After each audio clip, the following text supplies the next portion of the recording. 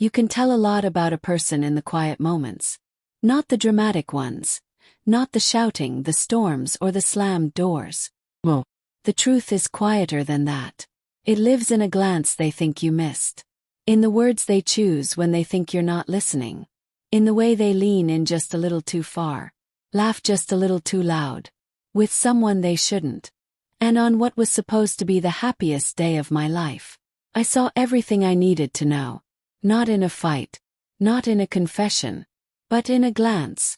A whisper. A laugh that lasted too long. With a wrong man. That was the moment I knew. My bride wasn't mine anymore. Her name was Lauren. We'd been together for 5 years. The kind of love that grows slowly like ivy.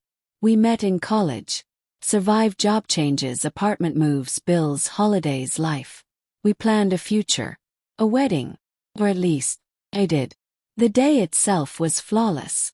Blue skies, crisp autumn air, not a detail out of place.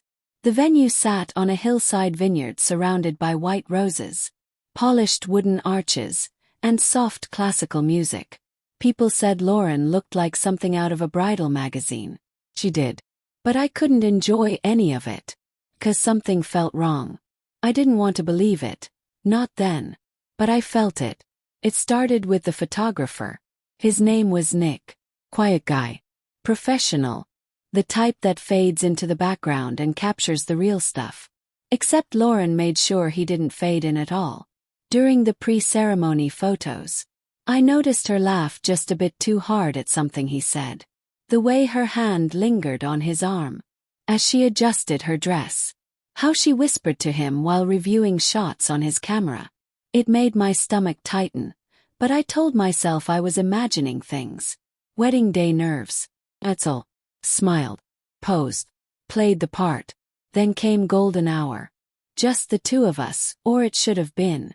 But Nick was there, taking the romantic sunset shots.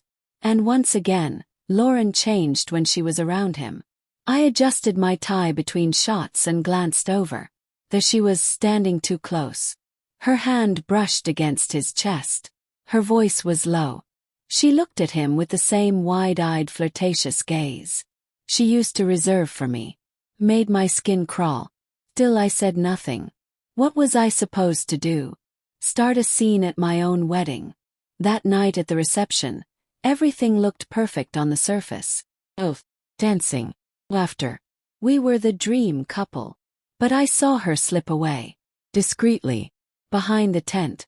And moments later, Nick followed. They were gone 5 minutes. Just long enough for my chest to tighten. When they returned, she looked flushed. He looked smug. I didn't scream. I didn't accuse. I didn't need to. Because Nick was a photographer. And that meant everything. Every glance, every touch, every lie. Was on camera. A week later I called him. Hey, I said calmly. I know Lauren already asked for the raw files. But can I make a special request? He paused. Sure. What do you need? I want you to send her the proofs. All of them. Even the candids. Especially the candids. He hesitated. Probably assumed I was just another control freak groom. Send them to her inbox, I added. Not mine. I want her to see everything first. He agreed. And then I waited. Because cameras don't lie. They don't flinch. They don't protect anyone. And what they caught that day was about to change everything. When the notification came in that the gallery had been delivered, I didn't open it. I didn't need to. I already knew what was there. Lauren was sitting in our living room when it happened. Laptop open. Coffee in hand. Just another morning. She smiled when she saw the subject line. Your wedding memories are ready. I stood silently in the hallway, watching her. She clicked. First, it was all as expected. Her walking down the aisle. A kiss. The speeches.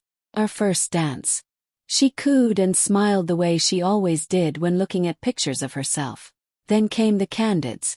That's when her face changed. Her smile froze. Her hand hovered over the trackpad. Her eyes locked on the screen, reflecting the images back at her. There she was, laughing at Nick's jokes. touching his chest behind the tent, leaning into him during the pre-ceremony shots. Her eyes filled with something intimate. Then the shot that sealed it. A mirror reflection, caught candidly inside the tent. Her face inches from his hand on her lower back. Nothing explicit, but real, unmistakable.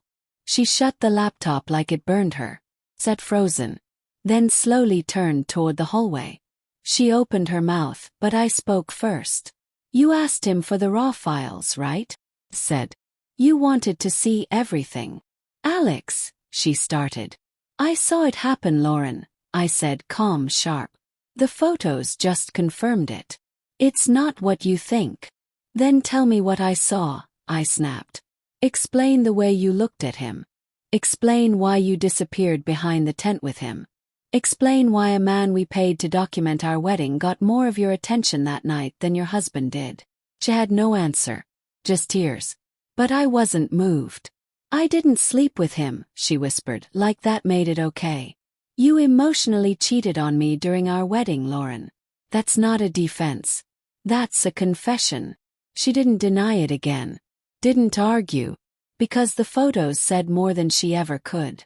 I trusted you, I said quietly. And you turned our wedding into a performance. I walked past her. Pulled a bag from under the bed.